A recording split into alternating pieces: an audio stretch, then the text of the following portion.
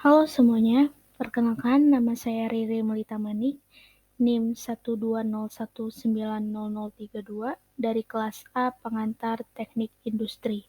Di video ini bertujuan untuk memenuhi tugas 1 Anatomi Industri yang membahas tentang sistem anatomi industri di suatu perusahaan.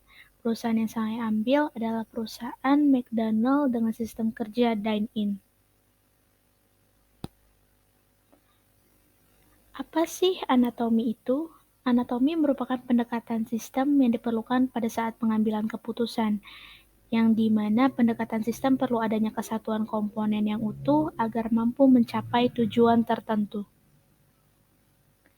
Anatomi sistem ini terdiri dari 5 aspek, yang mana aspek pertama adalah aspek struktural, yang kedua adalah aspek fungsional, yang ketiga adalah aspek boundary, yang keempat adalah aspek lingkungan, dan yang kelima adalah aspek tujuan.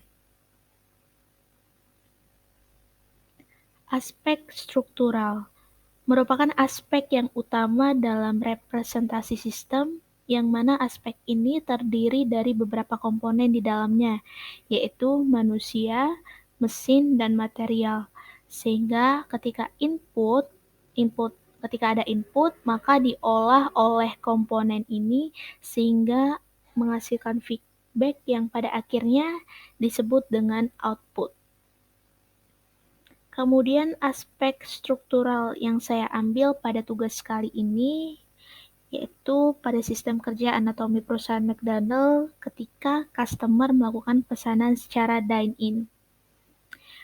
Pemesanan secara dine-in sekarang ini terbagi menjadi 2, di mana beberapa wilayah yang masih memakai sistem manual yang diharuskan datang ke kasir, dan yang kedua dengan adanya teknologi yang semakin canggih, maka dilengkapi pemesanan yang dilakukan langsung oleh customer tetapi melalui layar besar yang sudah tersedia di beberapa daerah tertentu.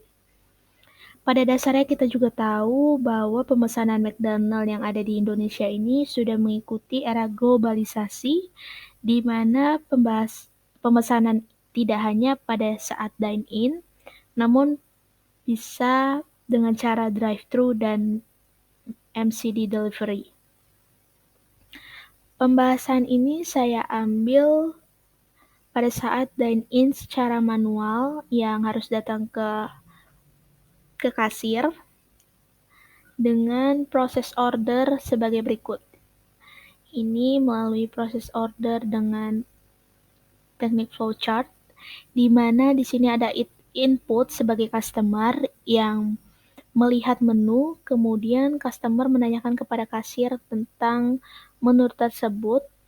Kemudian ketika ada input yang dihasilkan ketika pesanan itu ada dan tersedia, maka customer memesan makanannya, lalu si kasir akan menginput pesanan si customer, kemudian membacakan kembali pesanannya, lalu mencetak struk pesanannya, lalu si kasir memberikan struk kepada chef, di mana chef ini akan membuat pesanan dari customer itu, lalu sembari chef membuat, di situ si kasir akan memberikan struk kepada customer sehingga si customer akan membayar pesanannya sembari menunggu pesanannya datang. Nah, si chef membuat pesanan lalu memberikan pesanannya kepada customer sehingga si kasir akan memberikan makanannya itu kepada customer sehingga output yang dihasilkan adalah customer akan menikmati pesanannya. Kemudian yang kedua adalah aspek fungsional, di mana ada interaksi antara komponen satu dengan komponen yang lainnya sehingga membentuk fungsi dan karakteristik dari sistem tersebut. Karakteristik inilah yang secara jelas ditunjukkan oleh fungsi yang mampu melaksanakan dari setiap komponen dengan upaya mencapai tujuan dari sistem itu sendiri. Kemudian sistem aspek fungsional ini di dalamnya terdiri dari Fungsi yang adalah maksud, fungsi adalah proses, fungsi adalah perilaku, dan fungsi adalah hubungan. Kemudian, fungsi adalah proses ini di mana akan membahas tentang sistem pembangunannya atau tempat makanannya, yang mana bangunan dari McDonald ini di dalamnya ada berbagai kegiatan, ada komponen-komponen dari bangunan tersebut yang melaksanakan aneka tugasnya masing-masing, sehingga dari kegiatan dan elemen tersebut ada proses di dalamnya. Kemudian fungsi adalah maksud, yang dimana menjelaskan secara detail dari sistem tertentu yang sedang berjalan. Kemudian ada fungsi perilaku dan fungsi hubungan, yang dimana kita tahu bahwa McDonald ini merupakan restoran dengan menyediakan makanan cepat saji atau fast food, yang dimana mengutamakan kecepatan dan layanannya. Kebanyakan dari hidangan yang disajikan ini berupa hidangan sederhana yang proses pengolahannya tidak memerlukan waktu lama. Kemudian hubungan antara faktor-faktor tersebut bersifat timbal balik satu dan lainnya yang saling mempengaruhi. Perilaku pengunjung dipengaruhi oleh suasana ruangan yang mempengaruhi suasana ruangan itu sendiri. Dalam hal ini, perilaku merupakan bagian dari proses interaksi antara kepribadian manusia dengan lingkungan.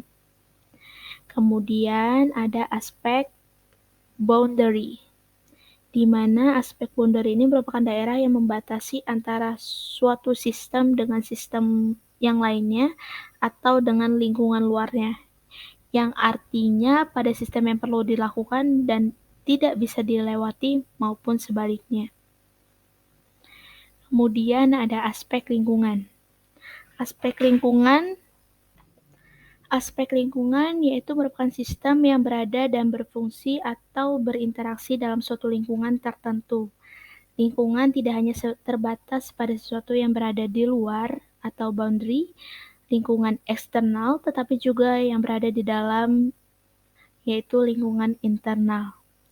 Fungsionalisasi sistem dan kinerjanya selain ditentukan oleh aspek struktural dan interaksi di antara komponen, juga sangat dipengaruhi lingkungannya, baik lingkungan eksternal maupun lingkungan internal. Nah, lingkungan internal pada perusahaan ini yaitu melibatkan struktur, budaya, dan sumber daya, di mana biasanya budaya dari perusahaan McDonald ini menerapkan dengan self-service. Kemudian ada aspek lingkungan eksternal, di mana perusahaan ini memberikan pelayanan, kebersihan, serta nilai dari produk yang dihasilkan. Kemudian ada aspek terakhir adalah aspek tujuan, di mana pada perusahaan ini memiliki visi dan misi.